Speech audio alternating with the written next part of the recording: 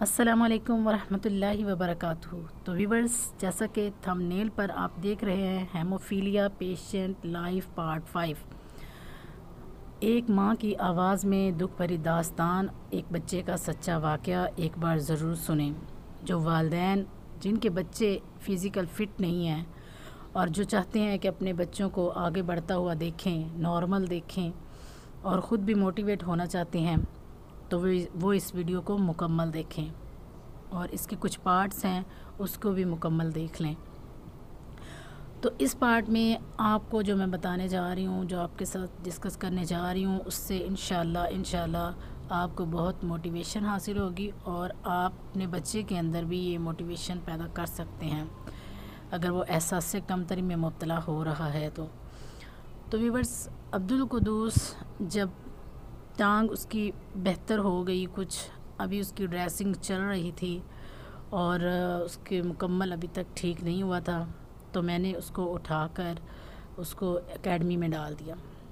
اب مجھے سارے کہنے لگ گئے کہ یہ تم کیا کر رہی ہو، وہ تو چل نہیں سکتا ابھی تک، اس سے واش روم کیسے جائے گا، وہ ٹیچرز کو کیسے بتائے گا۔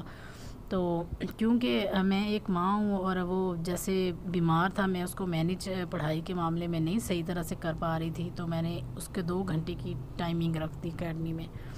اب میں نے اس کو چھوڑ کے آنا، لے کے آنا، ڈیلی کی میری یہ پکی روٹین تھی کہ میں نے اس کو 2 گھنٹے جو تھا نا وہ اکیڈمی میں چھوڑ کے آنا۔ حالانکہ اس کی ٹانگ جو ہے وہ مکمل ٹھیک نہیں تھی، لیکن چونکہ ابھی وہ جو ہے مینٹلی طور پر تو وہ فٹ تھا نا ماشاءاللہ سے، صرف فزیکل طور پہ فٹ نہیں تھا نا، باقی تو وہ ماشاءاللہ سے ٹھیک تھا۔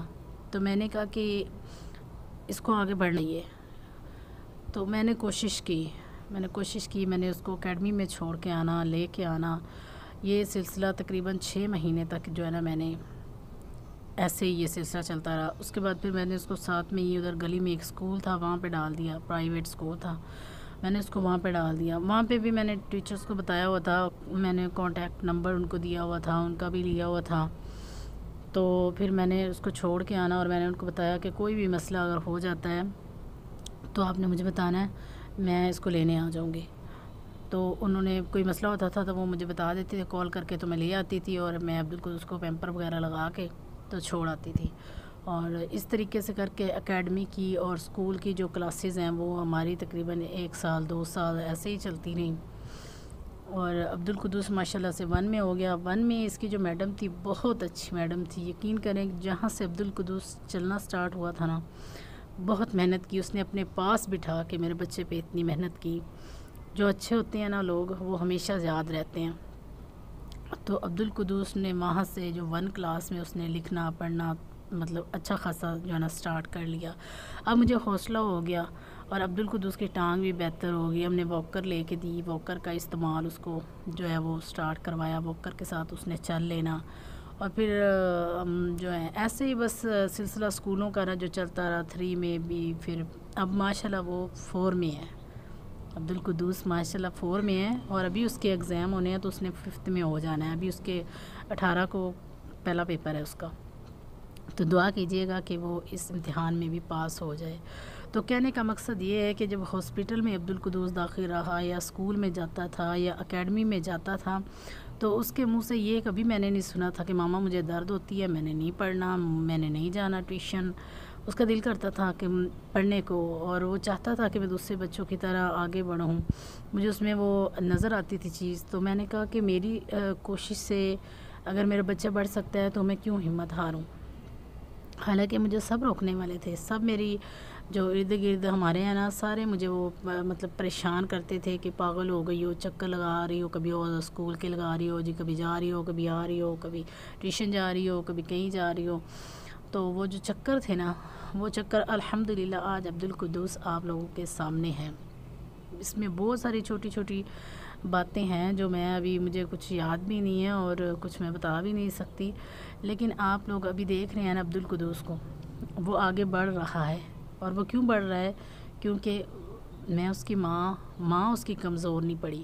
ہاں، 2 جگہ پہ میں کمزور پڑی ہوں میں کمزور، جب اس کی حالت بہت زیادہ بیچ میں خراب ہو گئی تھی، جب اس کے پیٹ میں ہیماٹوما بنا تھا تو چلڈرن میں ایک مہینے تقریباً داخل رہا تھا، اس کے پیٹ میں بھی ایسے ہی کلوٹنگ بن گئی تھی۔ تب مجھے سارے کہتے تھے کہ چھوڑو ایسے اسکول اس کو ڈال رہی ہو، کیوں اس کو کر رہی ہو، تو تب بھی میں اس کو جاتی رہی تھی اور باقاعدہ میں ٹیچروں سے کانٹیکٹ میں رہتی تھی کہ دیکھیں آپ میرے ساتھ تعاون کریں گے تو میرے بچے آگے پڑھ پائیں گے، اور اگر آپ میرے ساتھ تعاون نہیں کریں گے تو میرے رشتہ دار یا ارد گرد والے تو پہلے ہی کہتے ہیں یہ تو بیمار ہیں، انہوں نے کہاں سے پڑھنا ہے، تم ایسے فضول لگی ہوئی ہو، پاگل ہو رہی ہو، جو سیریس باتیں ہیں۔ تو الحمدللہ میں اللہ کا شکر ادا کرتی ہوں کہ میرے بچے آگے بڑھ رہے ہیں۔ اور ایک اور بات ہے کہ میرے بچوں میں ماشاءاللہ اللہ تعالیٰ نے کانفیڈنس اتنا ڈالا ہے کہ وہ مجھے حوصلہ دے رہے ہوتے ہیں۔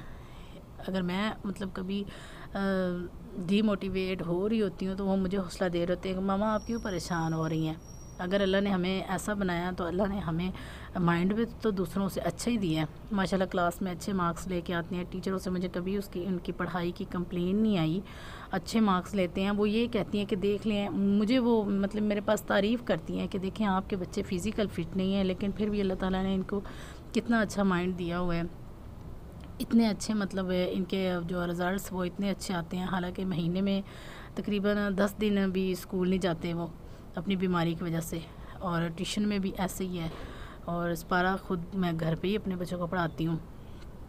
تو آپ سب سے یہ شیئر کرنے کا مقصد ہے کہ آپ اگر آپ کے بچے فزیکل فٹ نہیں ہیں تو آپ سب سے پہلے جو والدین ہیں، بچے کی والدہ ہے نا، میں یہ سمجھتی ہوں بچے کی جو والدہ ہے نا اس کو سب سے زیادہ خود کو مضبوط کرنا پڑے گا۔ اگر بچے کی والدہ کمزور پڑ جاتی ہیں تو بچے آگے مشکل سے ناممکن ہو جاتا ہے۔ جو فزیکل انفٹ بچے ہوتے ہیں نا، بیمار بچے ہوتے ہیں، معذور بچے ہوتے ہیں، ان کا آگے بڑھنا بہت مشکل ہو جاتا ہے۔ تو ان کی آسانی اسی چیز میں ہوتی ہے کہ ان کی جو والدہ ہے وہ اپنے آپ کو مضبوط رکھے۔